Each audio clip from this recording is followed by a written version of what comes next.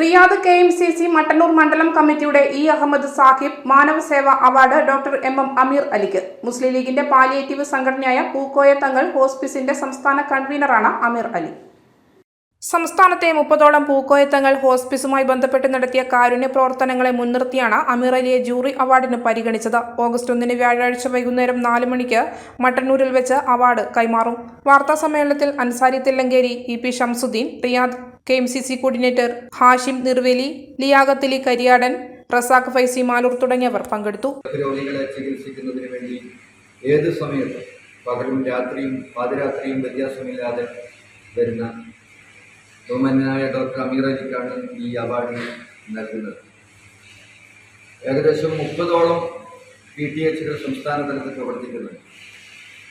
കണ്ണൂർ ജില്ലയിൽ തന്നെ പയ്യന്നൂരും, മാട്ടൂരും, ഇരിക്കൂറും, കൊളച്ചേരിയും, അതുപോലെ തന്നെ ഇരിക്കൂർ മണ്ഡലത്തിലും കണ്ണൂർ മണ്ഡലത്തിലും മട്ടന്നൂർ നിയോജക മണ്ഡലത്തിലും കൂത്തുപറമ്പ് നിയോജക മണ്ഡലത്തിലും വളരെയേറെ സേവനമനുഷ്ഠിച്ചുകൊണ്ടിരിക്കുന്ന ഈ സ്ഥാപനത്തിൻ്റെ അതിനെ മുന്നോട്ട് കൊണ്ടുപോകുന്ന ആൾ എന്ന നിലയ്ക്ക് വളരെയേറെ രോഗികളുമായിട്ട് ഇടപഴകിക്കൊണ്ട് അത്യാസന്ന നിലയിൽ കിടക്കുന്ന രോഗികൾക്ക്, കിടപ്പ് രോഗികൾക്ക് ആശ്വാസം പകരുന്ന ഒരു മനുഷ്യനാണ്.